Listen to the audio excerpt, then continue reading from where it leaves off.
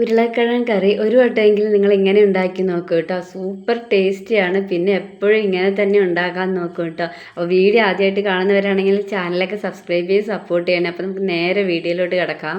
അതിന് വേണ്ടി ഒരു മിക്സിയുടെ ജാറിലോട്ട് ഒരു 1/4 കപ്പോളം തേങ്ങ, 7-8 നട്ട്സ് സോക്ക് ചെയ്യാൻ വെച്ചത്, അതിൻ്റെ വെള്ളവും കൂടി ഒഴിച്ചു കൊടുക്കുന്നുണ്ട്. ഒരു ചെറിയ കഷ്ണം കറുവപ്പട്ട, ഒരു 1/4 ടീസ്പൂണോളം പെരിഞ്ജീരകം, 2 പച്ചമുളക്, 1/4 ടീസ്പൂണോളം മഞ്ഞൾപ്പൊടി, എന്നിട്ട് കുറച്ച് വെള്ളവും കൂടി ഒഴിക്കണം കേട്ടോ. വെള്ളം ഒഴിക്കണേ കാണിച്ചില്ല.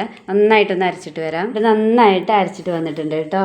ഇപ്പോൾ ഒരു കടായി ഗ്യാസിൽ വെച്ചിട്ടുണ്ട് കേട്ടോ. അതിലോട്ട് 1 ടീസ്പൂണോളം വെളിച്ചെണ്ണ ഒഴിച്ച് കൊടുക്കുന്നുണ്ട്. വെളിച്ചെണ്ണയൊക്കെ ചൂടായി വന്ന ശേഷം ഒരു 1/4 ടീസ്പൂണോളം കടുക് ഇട്ട് കൊടുക്കുന്നുണ്ട് കേട്ടോ. ഇപ്പോൾ നമ്മുടെ കടുകൊക്കെ നന്നായി പൊട്ടി വന്നിട്ടുണ്ട് കേട്ടോ. അതിലോട്ട് ഒരു മീഡിയം സൈസ് സവാള ഇട്ട് കൊടുത്ത് നന്നായിട്ട് വഴറ്റിയെടുക്കാം. വേഗം വഴണ്ടി വരാൻ സവാളയിലോട്ട് ഒരു ഇച്ചിരി ഉപ്പിട്ട് കൊടുത്തിട്ടുണ്ട്.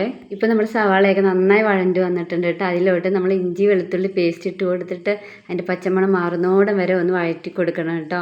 ഇപ്പോൾ നമ്മൾ വെളുത്തുള്ളിയുടെ ഇഞ്ചിയുടെയൊക്കെ പച്ചമണം മാറി വന്നിട്ടുണ്ട്. ഈ സമയത്ത് നമ്മൾ 3 ഉരുളക്കിഴങ്ങ് ഈ ഒരു സൈസിൽ കട്ട് ചെയ്തത് വെള്ളത്തിലിട്ട് കഴുകി കുറച്ച് നേരം വെള്ളത്തിലിട്ട് വെച്ചിട്ടുണ്ടായിരുന്നു കേട്ടോ. കഴുകി വൃത്തിയാക്കിയിട്ട് നമ്മൾ ഇത് കുറച്ച് നേരം ചൂടാക്കണം. ഒരുപാടൊന്നും വേണ്ട കേട്ടോ. ഒരു 2 മിനിറ്റൊക്കെ നന്നായിട്ട് അതിൽ കിടന്നൊന്ന് ചൂടാവട്ടെ. ഇപ്പോൾ നമ്മുടെ ഉരുളക്കിഴങ്ങൊക്കെ നന്നായി ചൂടായി വന്നിട്ടുണ്ട് കേട്ടോ. ഈ സമയത്ത് നമ്മൾ അരച്ച് വെച്ച തേങ്ങയും മിക്സിയുടെ ജാറ് കഴുകിയ വെള്ളമൊക്കെ ഒഴിച്ചു കൊടുക്കുന്നുണ്ട്.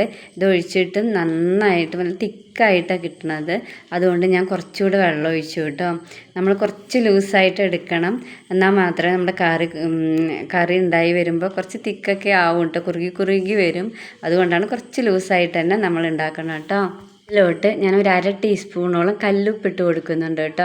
ഞാൻ കറികളിലൊക്കെ കല്ലുപ്പ് ഇട്ട് കൊടുക്കുക. അതുപോലെ തന്നെ മെഴുക്ക് പുരട്ടി തോരനൊക്കെ ആണെങ്കിൽ പൊടിയുപ്പ് ഇട്ട് കൊടുക്കും കേട്ടോ. എന്നിട്ട് നന്നായിട്ടൊന്ന് ഇളക്കി കൊടുക്കണം. എന്നിട്ട് നമ്മളിത് അടച്ച് വെച്ചിട്ട് ഒരു 10 മിനിറ്റോളം വേവിക്കണം കേട്ടോ. ലോ ടു മീഡിയം ഫ്ലെയിമിലാണ് ഞാൻ വെച്ചേക്കുന്നത്. ഒരു 10 മിനിറ്റോളം നമുക്ക് വേവിക്കാം. ഇടയ്ക്ക് ഒന്ന് ഇളക്കി കൊടുക്കണം കേട്ടോ.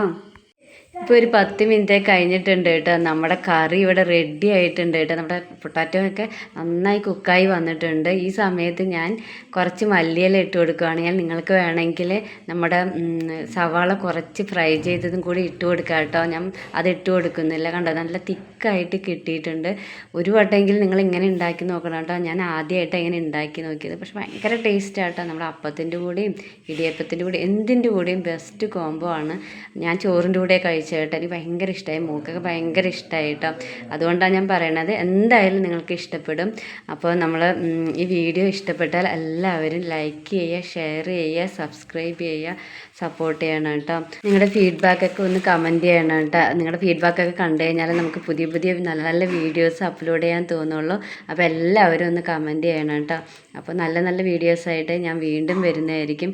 അതുവരയ്ക്കും എല്ലാവർക്കും ബൈ.